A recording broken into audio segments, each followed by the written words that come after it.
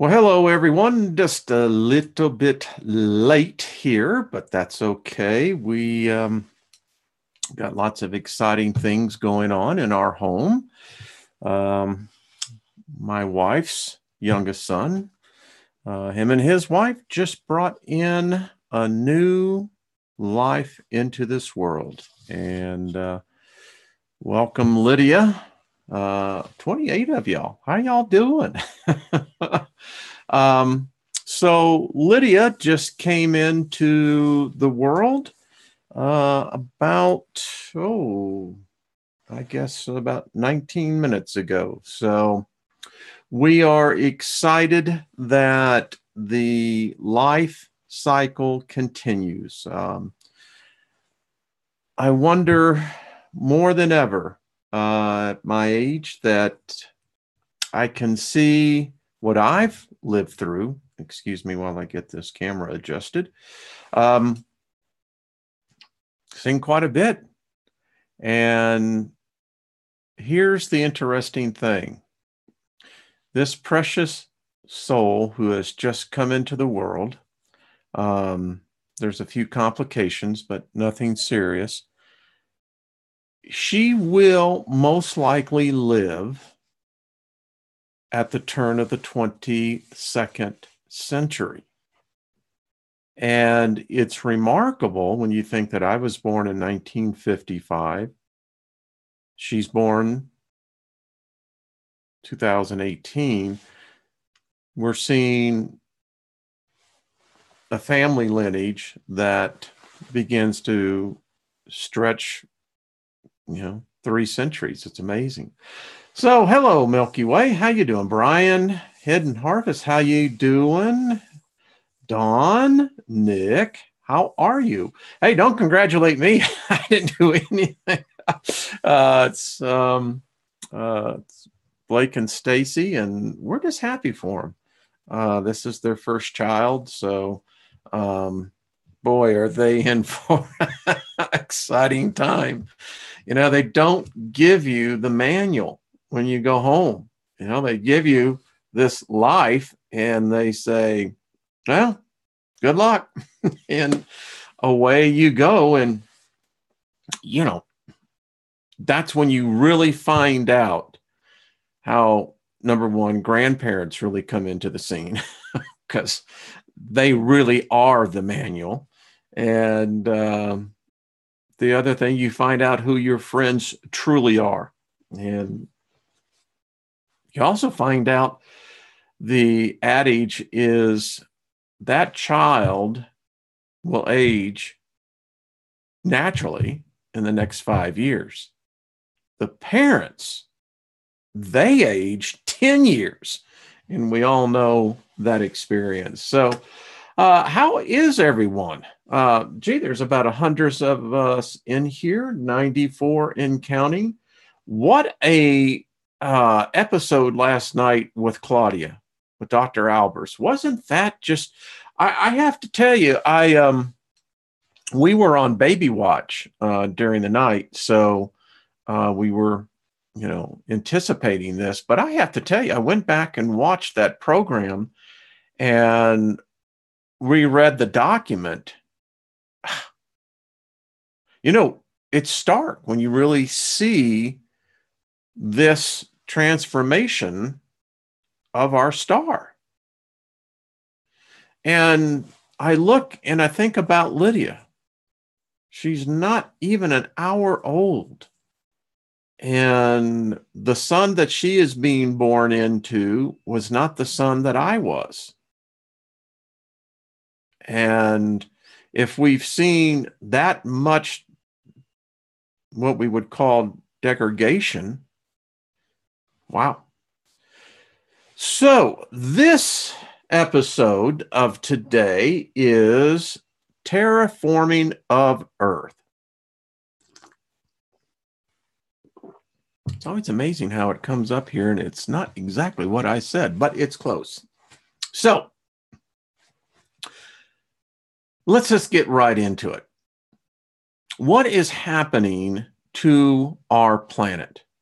It's undeniably that there is something physically taking place.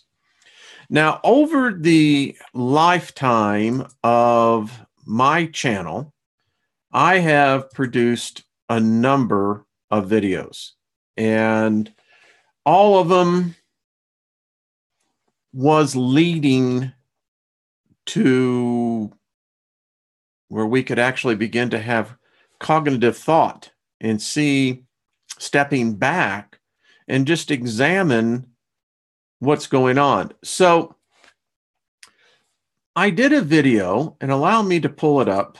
And here it is. Some of you might remember this. And then if you never saw it, then this will be new. That's how it goes. So let me get this pulled up without further ado. All right. So I did a video, I don't know, been 6-7 months ago, called Cold Blue Alert. Now, any nurses in the chat room will know, and you ever watch television, you know that code blue is you have a life and death situation going on. There is more and more reporting that we are now in the 6th extinction. So I'm not going to go through this one because it was a very long program, but it showed how through the last century, how our planet and the species that are on it are dying. And I went through this one, and I'm going to do it very quickly, that you could go through starting 2012, 2014, 2015, 2016, 2017, to where, folks, it is now in full-blown extinction mode. Full-blown. I mean, you can't deny it. It's just there. Lydia will grow up never knowing thousands of species that I did. They're gone. And whatever is happening to our planet gets become even more and more alarming, particularly when you think about what's happening with our sun. And the extinction level event that our planet is clearly in. So anyway, I did this program, and let me get out of here. And I'll get out of here. So that establishes for all of us, I think, the fact that something is definitely taking place. The question that I am bringing forth is the Homo sapien the next on that list? So, for a refresher, got to do it. Let's go and take a look at this video. How many of y'all remembered? This video went viral, and it had, you can go back, I left the comments on there, but what the purpose that I was seeking to establish in the viewer's mind was that the evidence is overwhelming, just overwhelming what is happening to our planet. And whether it be man-made, whether it be environmentally, whether it be externally, whether it be something that is taking place outside, inside, around the side, inside out. we know it's happening. I looked at the moon today. Folks, I'm making a video of it. It's set, and this is really amazing, 237 degrees southwest. I mean, now, is it normal? I don't know what normal is, but I do know this. This is, we have all heard the conspiracy theories. We've all had our own thoughts, or we've done, many of you, like myself, have done your own research. We have, you come into conclusions.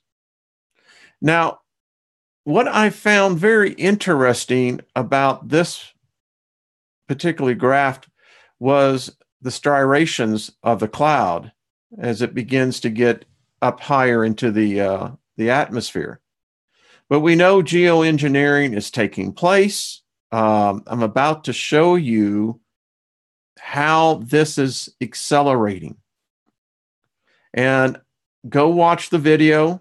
I did a comprehensive, the thing I'd like to do, and I'll get Claudia's permission on that, is probably to do an update including her research in showing the side-by-side comparisons of the sun. And I went through here, documented for everyone how the aerosol campaign is going on. And I think that this is something we ought to maybe change the verbiage on. I'm not looking at the chat room right now, but how about this? How about if we turn the verbiage to aerosol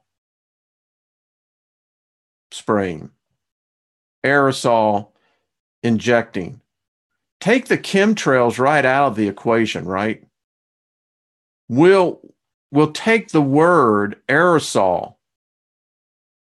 Funny story on that. My grandmother, who almost lived to be 100 years old, she only missed it by 8 months. And she used Aquanet.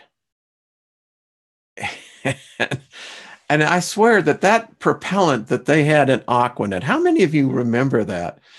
I'll tell you, I went to paint their house, and the door in the bathroom where she would spray this liquid cement, I went to paint the door, and I had cleaned it up, got it ready, and it wouldn't take paint. I mean, I took paint stripper. Stuff was almost incredible to get off. So I think we ought to just use aerosol injection. That'd be the new word. Let's just completely take the word chemtrailing out. Because when you look at that, let's just stop and take a look at this. This is bizarre. I see it here in Colorado all the time. And I defy any meteorologist to come and tell me that this is a contrail. The great thing about living nearly 6,000 feet above the sea level is that, you can tell when the aircrafts are really up there. And we're talking about the high flyers at 50,000 feet. You can tell the difference on what a contrail is. You can see it. I mean, it's right behind the jet and it's gone. If it's more than 10 seconds, then that's an extraordinarily long time. So what are we looking at here? Well, this is terraforming. This is transforming a planet. Planetary terraforming. Now, we've thought a lot about this. Are they trying to kill us? Are they trying to protect us? Are they trying to prevent something? I don't know. I think we all have, again, our opinions on this. What I've concluded, no matter what it is, it's transforming our planet. and therefore it meets the scientific definition of terraforming. Now, the question I don't know as well, is this terraforming me, my species, us, out of existence? It's good evidence that something's going on.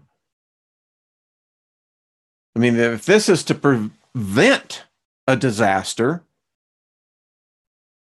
no matter how you slice it and dice it, what our species is, we don't have a good track record on this. In fact, our track record is pretty dismal. We end up really screwing up more than we actually hit the bullseye. And if this is some experiment that the powers to be seem to think is a solution, well, it befuddles the imagination how this can be good, because Gaia provided us with a perfect environment, biosphere for us. So I don't know. It's hard to say. Let me get back here. And so, good Lord, there's 190 of us in here. So yeah, this is evidence. I mean, when you look at it like that, and it's so saturated that it actually begins to obfuscate the actual sky itself, the sun, etc. I have another video because I believe it's relevant for this discussion. So give me 1 second. Y'all just talk amongst yourselves. I'm on a mission here. I have to find something to do. I could actually play you the Jeopardy song, but they'd probably hit me with a copyright, and that would totally suck. We could sing it to one another. I don't know if they could actually copyright that. So I know many of you saw this video, and yeah, it's one of these that you just go, well, what the hell were they thinking?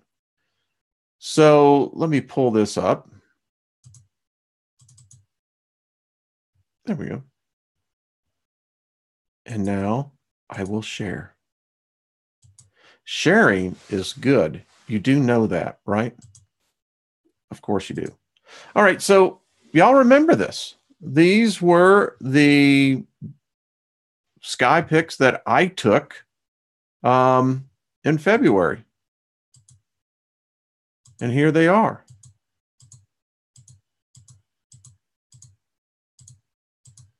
Notice our little object here. I haven't been able to, I've seen others who have captured it, but so yeah. And I can go through all of these. Y'all can go back and see them. But the point is this.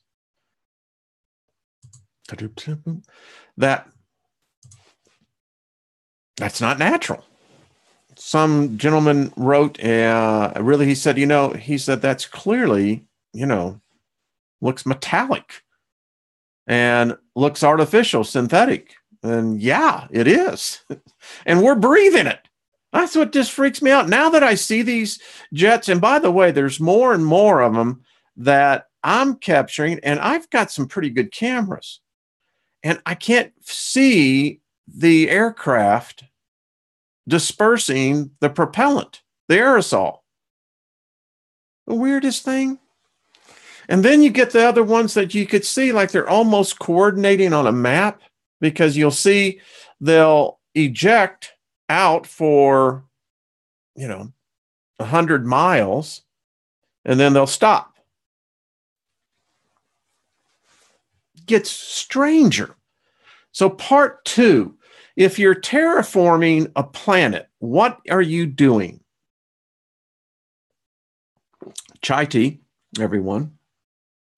Well, you should be, number 1, to bring a new species in that finds the current environmental conditions to be hostile.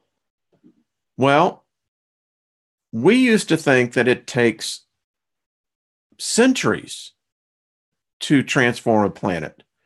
We're actually finding out it doesn't take that long at all.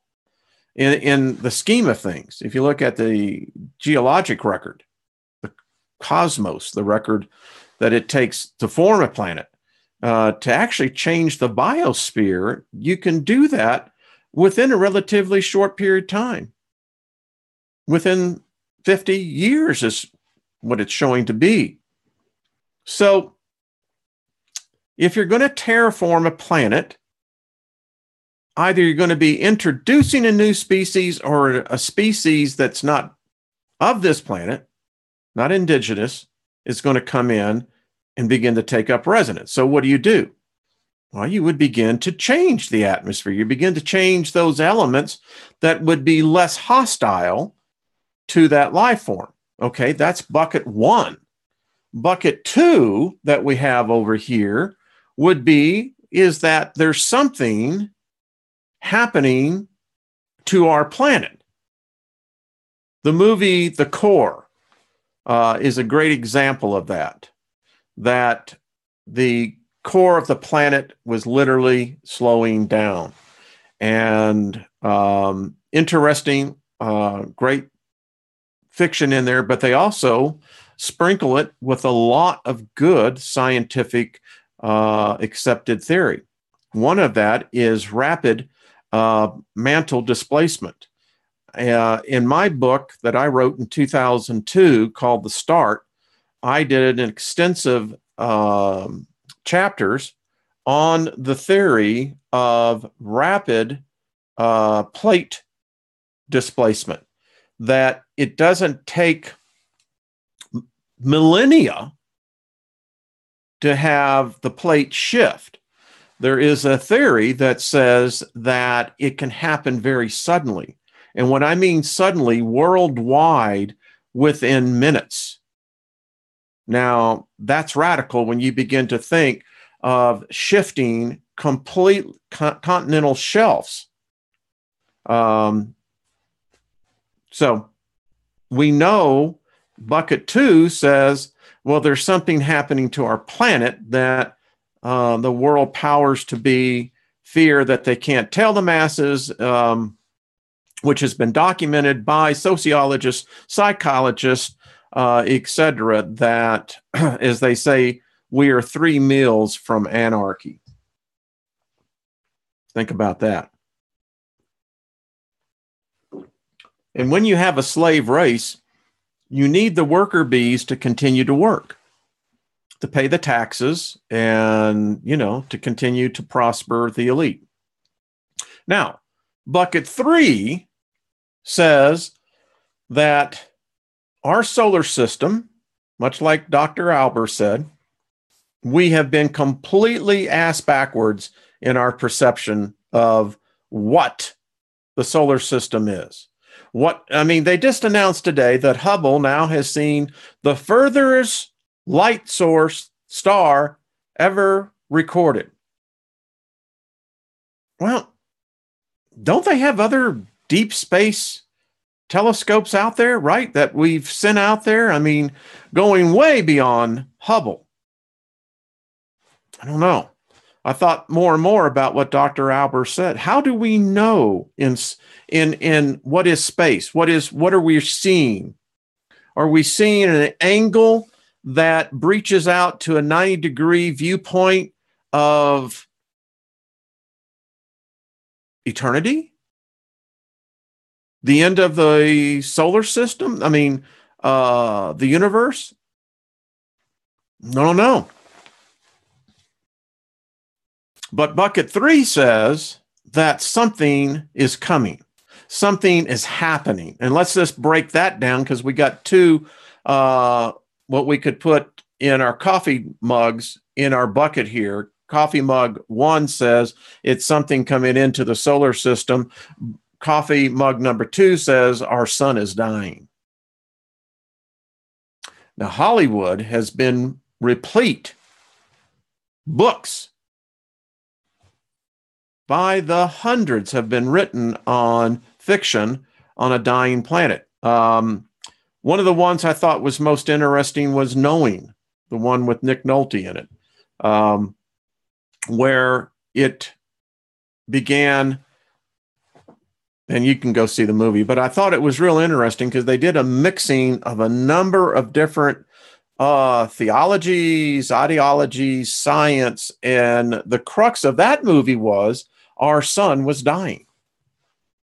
Now, that's not unusual in an aspect that we know sons have lifespans. So, all right.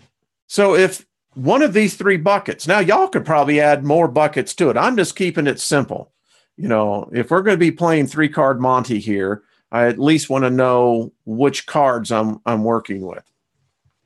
And yeah, I actually got taken in Central Park. No.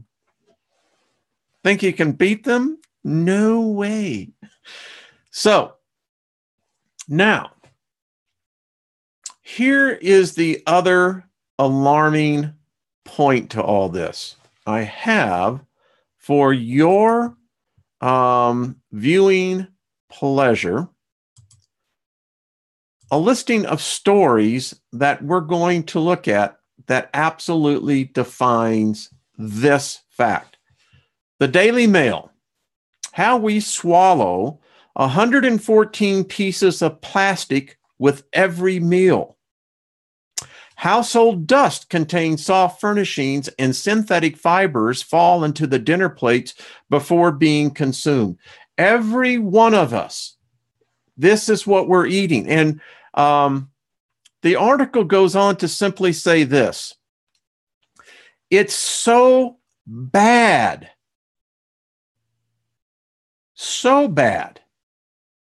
that it permeates the entire atmosphere. You can go no place on the planet that this stuff, plastic. And what is plastic? Bottom line, you know, it's petrochemicals, fluorocarbons. And it's now everywhere. It's permeated the air. It's permeated the soil. It's permeated the water. It's nuts. Now, this is what gets really strange. What is this doing to our species? I mean, you can't be introducing something like this and suddenly say, well, you know,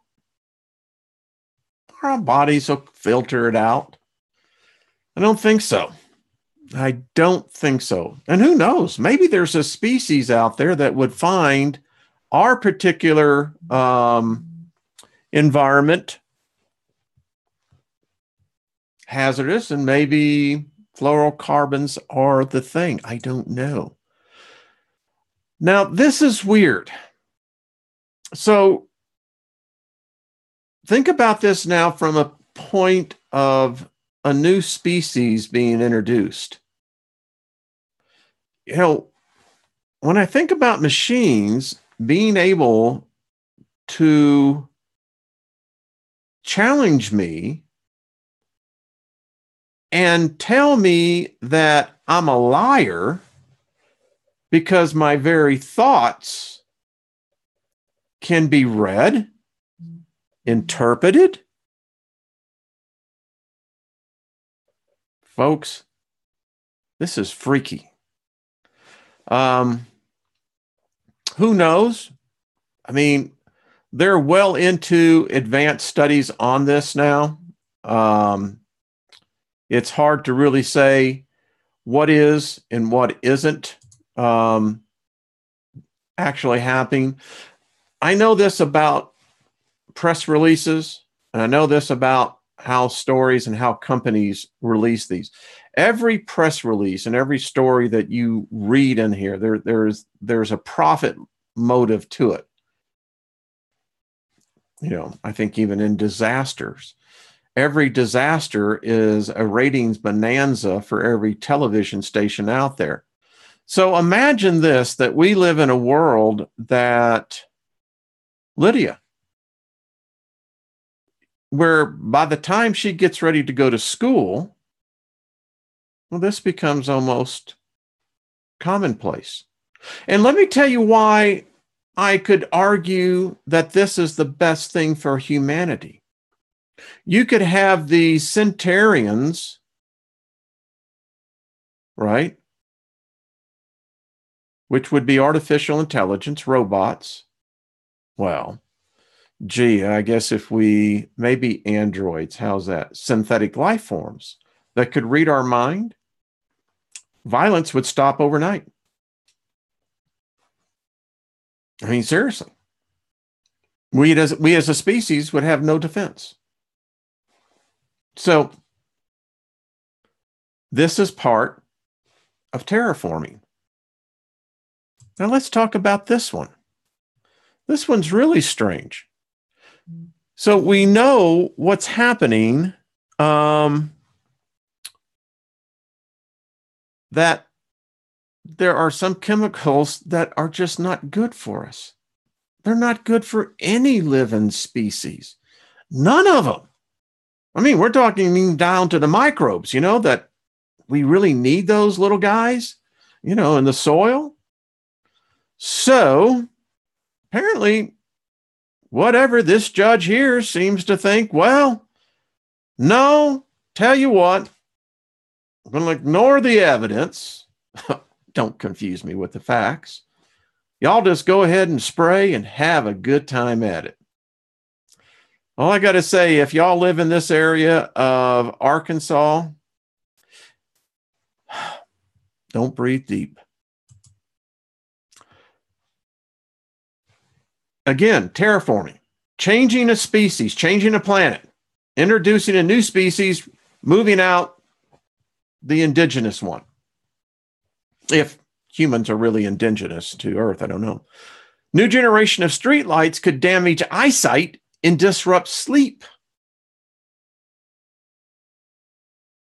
I mean, yeah. Don't go to the light. Don't go to the light. So imagine a world now with these LEDs. Imagine this if we start going blind because of the sun, the increased cosmic radiation, and the very lights that we're now putting up. Pretty soon you would need robots because you couldn't see where you're going. So is the question then becomes, what happened to them? Is this going to happen to us? We fail to understand what Cro-Magnon was. And we bred. Homo sapiens interbred with these cats. And they had a problem genetically of producing these fibrous cysts. And that's what actually killed them, was that these cysts formed all throughout their body. And eventually it just became so great internally and externally that these cysts will eventually kill them. And it did. But you got to think about this. Are they trying to say, yeah, y'all better have a party while you can, because you're looking at what happened to us is going to happen to you now? I doubt if it's going to be because of a genetically modified organisms, GMOs. Oh, but there's nothing that's going to cause our genetic code to be altered. Their voice is still. And as I get to the last part of this, again, remember, there have been many, many versions of us. And it goes back a long, long time. And here's the alarming thing that I'm going to want to point out on this story. Folks, Do your own research. But I can't find too many of any Homo erectus, we can go right through the whole list. Neanderthal, Denison, Hobbit. We can just go on. Of evidence of many of them are living more than 100,000 years. There seems to be something. Now, you can go further and further back, and there seems to be longevity to that, but I think it's only because we haven't fully been able to get the fossil record. And then the last one, I want to talk about this one. So now we got wave 2. I can't remember in my recent memory of where we have multiple waves of flu. And by the way, A and B. Something ain't right. And the last one, a pill could make your blood poisonous to mosquitoes. Well, we just talked about the fact that they couldn't genetically modify us.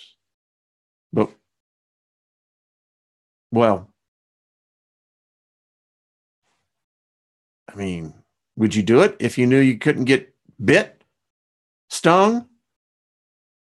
You know, myself, I'm a person who can't handle with bee stings. I go into anaphylactic shock, but there you go. So the evidence is showing something's going on, and it's not just on one front. This is, and to all of my fellow thinkers that go with me on this, who I have a penchant for history. I particularly like World War II history, not from the aspect of the killing and the culling of the herd, although there's great benefits to that. And we haven't been culled as a species in some time, and there is a culling coming, but I digress. My point is that you look at the great minds, these generals that at the critical point in history, we produce some of the greatest strategicians of the last millennia. Marshall, Patton, I could just Rommel. You can just name them all. Now, the interesting thing was the move that Patton deployed, particularly in the Battle of Bastogne. And the Allied regiment that was there was getting their butts killed. I mean, the Germans had them completely cut off, besieged. Nothing was getting in, nothing was getting out. And there were a lot of Americans, British soldiers as well, that were just being needlessly slaughtered. And Patton had had enough. And, you know, if it wasn't the weather that was becoming a problem, and he deployed a move called the pincer move. And it's just exactly what it says, but he brought a twist to it. When he brought up the Third Army, it became a three-pronged pincer. And I almost feel that this is what's happening to us. I mean, if it isn't something with our planet internally, then it has to be something of outside nature. And in the three bucket scenario. So there you go. It's alarming. I look at this and listen, I want humanity to live as long as we can, live long and prosper. Everyone should have the right to determine what they want to do. I think as we continue to break the dogmas and we continue to break the stereotypings and we begin to emerge, much like Claudia does. The grace, you know, we don't agree with everything each other says, but it's the admiration of respect that brings and bursts forth new ideas. And our planet needs some new ideas because, again, whatever they're doing up there, whatever they're doing in the ground, I mean, they got us. This is the three-pronged pincer move. Think about it. They got us with the food. They got us with the water. And if you don't have food, you're not going to be around very long. And it don't take too long for water. 3 days and you're out of here, buddy. They're going to cash your ticket in. And the third one is the air. I mean, what? It's like, if we could all come together and maybe we could use our own magic, cast our own spells.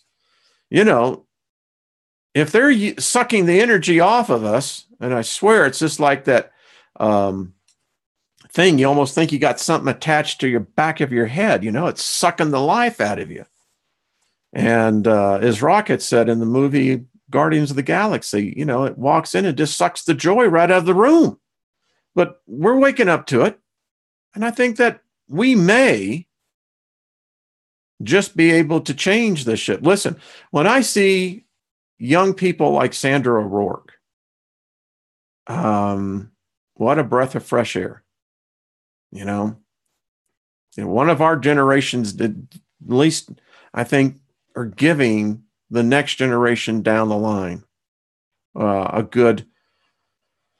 hopefully a good head start, maybe above us. But I don't know. Listen, the 70s, 1970, 1971, and 72 was an enlightening period. It affected millions of people around the globe. And today, they're contacting me. And because of this voice, this medium, and coming to find out, we did okay. Some of us got lost. But much like Crosby, Stills, and Nash thing, we're going back to the garden. And it's really interesting when you look at that. So there you go, folks. Man, 260 of us. So it's been interesting. And the point is, again, I believe that something is going on. And as long as we can continue this type of medium where we can at least look at the pictures, I mean, it's no different than going into any museum in New York City, Chicago, Washington, London. I love museums. I love art galleries. This poster behind me was from the Guggenheim. If you ever go to New York City, make sure to go visit the Guggenheim. It is well worth it. And in Washington, D.C., I was fortunate in my career to have the Smithsonian as a client of mine. And I got to go places where people don't get to go. And the greatest benefit of having a client like that was that the curator allowed me to go into the National Gallery of Art, folks, at 6 o'clock in the morning. It was just me and the guards. And I got to walk through that museum, room after room, just me. Didn't hear anything, just me. Allowing the energy of those who painted that to immerse myself in. And there was one particular mural that I've always, and even as I sit now, I knew at the time it was telling me a story. And the mural was a 3-piece mural, took up literally, I guess, 30 feet of wall. And of the 3 paintings was the first painting. And much like Lydia, who's having a little difficulty, so y'all think positive energy to this child. I'm just reading the text as they're coming in. But that child was on a raft. The raft was adorned with gold, treasures. There were guardian spirits around. And on the banks, as it was going through this river, it was very tranquil. The next painting showed the young man, and he is fiercely fighting. He is taking arrows on his raft. He is encountering danger all along the shore. And then in the third mural is him coming as he's exiting out. And his raft has been battered, tattered. But what I always struck me, and I said, maybe that's the journey of my life, was that he stood proud. And as the glory of the sun was hitting him and the radiance of his body was going out. And so anyway, it was a very meaningful time for me. And it was one of those special things, you know. We all get to do special things that others don't. And this is why we get to tell the stories of those. But that one was pretty cool. Well, all right, folks. I hope it wasn't too boring. Allow me 1 second here. I just want to see what's going on. Well, it was a C-section, and I'll just let y'all know. So one of Lydia's lungs is partially collapsed, so they put a chest tube in there. And if they hadn't gotten her out when they did, there'd have been some very, very serious complications. She apparently took in fecal matter. A lot of people don't know it, but babies do have fecal matter, and it's housed in the umbilical cord. But right at that point, there's actually a word for it. I think it's meconium, I think. So anyway, folks, think for her, send her good energy, you know, precious, precious life. You know, I was meditating as she was still in that in-between point. And I was telling her that, you know, that she is much loved, that she got very lucky with her parents. They're going to be good to her. And I was telling her that enjoy the journey, whether it be long, no matter what, whether it be joy, pain. This is what I think we're here to experience, all of this. And, you know, if we can get to the end, will you learn that forgiveness is really the key? I think we made it. I think we've done something. All right, good people. I appreciate y'all so much. Thank you for giving me an hour of your time. And we will see you tomorrow with Tricia. Looking forward to that. Thank you all, the moderators. I'm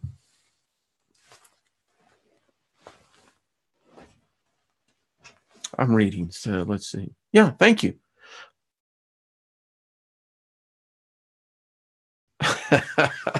Y'all are fantastic. All right, folks. So I'll keep you updated on Lydia. I think she's going to be fine. Oh, so Angela, this is interesting. So today has been a real interesting day.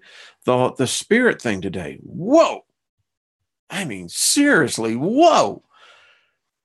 Then the birth of a new spirit coming into our world. And then I found this outside my door. Yes, this is a red-tailed hawk. And I had been needing, now Angela is actually making me a wand, but this one was gifted to me by, I guess, my spirit guide. So there you go. It goes to show you, folks, there's more to heaven and earth than what's between our two ears. All right, folks, y'all prosper, be kind to one another, forgive, forget, and hey, we'll do this. All right, I'll see you later. Take care. Bye-bye. Well, don't take care. Take goodness. That's what you do.